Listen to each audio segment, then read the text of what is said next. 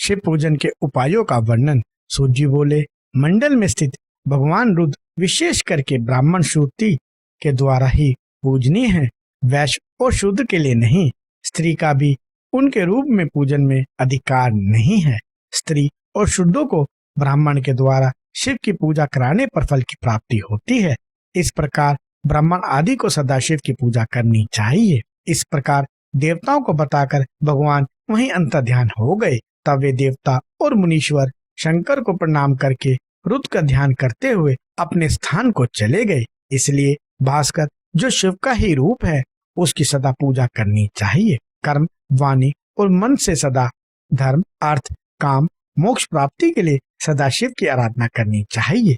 ऋषि बोले, हे महाभाग सूत जी, हमने भास्कर रूप का वर्णन सुना, अब विनी रूप शिव का वर्णन कीजिए। 6 अंगों सहित वेदों तथा सांख्य योग से निकालकर दुष्ट तप करके गूढ़ ज्ञान वर्णाश्रम धर्मों के अनुसार धर्म, अर्थ, काम, मोक्ष के लिए शिव ने जो मार्ग कहा है, जो 100 करोड़ परिणाम वाला है, उसकी सुनने की हमारी इच्छा है। उसमें स्नान योग जो कहे हैं सो हमें कहिए। सूत जी बोले, पूर्व में सनत कुमार ने जो नंदीकेश्वर से पूछा है और नंदीकेश्वर ने जो बतलाया है, उसे हे मुनीश्वरों तुम सुनिए।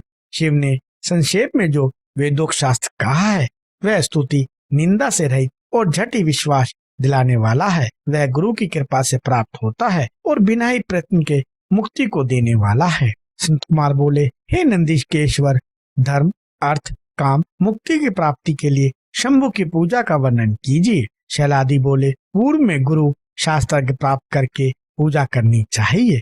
गुरु ऐसी संज्ञा शिवाचार्य की है, स्वयं आचरण करता है तथा जो दूसरों को भी आचरण में स्थापित करता है और शास्त्र के अर्थों का भी विचार कर इकट्ठा करता है, वह आचार्य कहलाता है। इसलिए वेद के तत्व के अर्थ को जानने वाले, भस्म दान करने वाले गुरु की खोज कर सबसे पहले करनी चाहिए। जो सबकी रक्षा करने वाला, श्रुति स्मृति के बताए मार्ग पर चलने वाला, सबको आनंद देने वाला, विद्या के द्वारा अभय दान करने वाला, लोभ और चपलता से रहित आचार का पालन करने वाला, हर समय धीर रहने वाला गुरु को देखकर शिवगत भाव से पूजा करनी चाहिए। शरीर से, श्रद्धा से, धन से शिष्य को उस गुरु को तब तक आराधना करनी चाहिए जब तक वह प्रसन्न ना हो। उस महाभाग गुरु के प्रसन्न होने पर झट ही पाश का क्षय हो जाता है। गुरु मान्य है, गुरु पूज्य है, गुरु ही सदाशिव है। 3 वर्ष तक गुरु शिष्यों की परीक्षा करे। प्राण, द्रव्य आदि तथा आदेशों के द्वारा जांच किए हुए शिष्य को जो विषाद को नहीं प्राप्त होते हैं, वे ही धर्मपरायण हैं। ऐसे शिष्य स्वर द्वंद्वों को सहन करने वाले हैं। गुरु की सेवा में प्राण, श्रुति स्मृति के मार्ग पर चलने वाले, परोपकार, तत्पर, प्रिय बोलने वाले, शोचाचार से पवित्र, न मृत्यु स्वभाव वाले, दम और ईर्ष्या से रहित शिव भक्त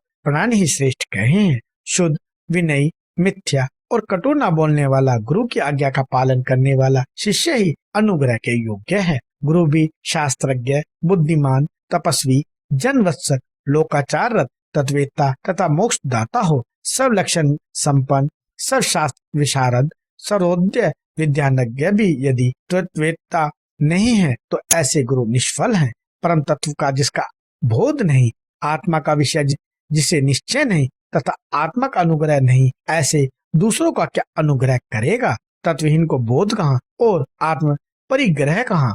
आत्म परिग्रह से रहित सभी को पशु कहा है। इसलिए जो तत्व युक्त पुरुष है तथा वे ही दूसरों को मुक्त करा सकते हैं। जिसमें तत्व को जान लिया है वही आनंद का दर्शक है।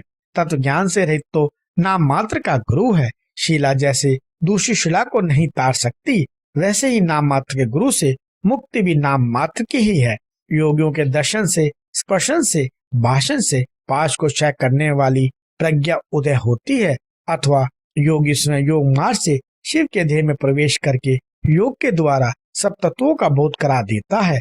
धार्मिक और वेद पारंगत शिष्य की परीक्षा करके सब दोषों से रहित ब्राह्मण, क्षत्रिय या वैश्य में से कोई भी हो, ज्ञान के द्वारा यज्ञ वस्तु को प्रकाशित करता है। जैसे दीपक से दीपक जिसकी आज्ञा मात्र से और सामर्थ्य से सब भेद दूर हो जाता है, उसी गुरु की कृपा से सिद्ध और मुक्ति प्राप्त होती है। पृथ्वी आदि भूत, शब्द, स्पर्श आदि मात्रा ज्ञान इंद्रियां, कर्म इंद्रियां, मन बुद्धि अहंकार अव्यक्त इन सबसे परे सब तत्वों का बोधक इस तत्व कहा है। अयोगी पुरुष शिवात्म तत्व सिद्ध को नहीं जानता।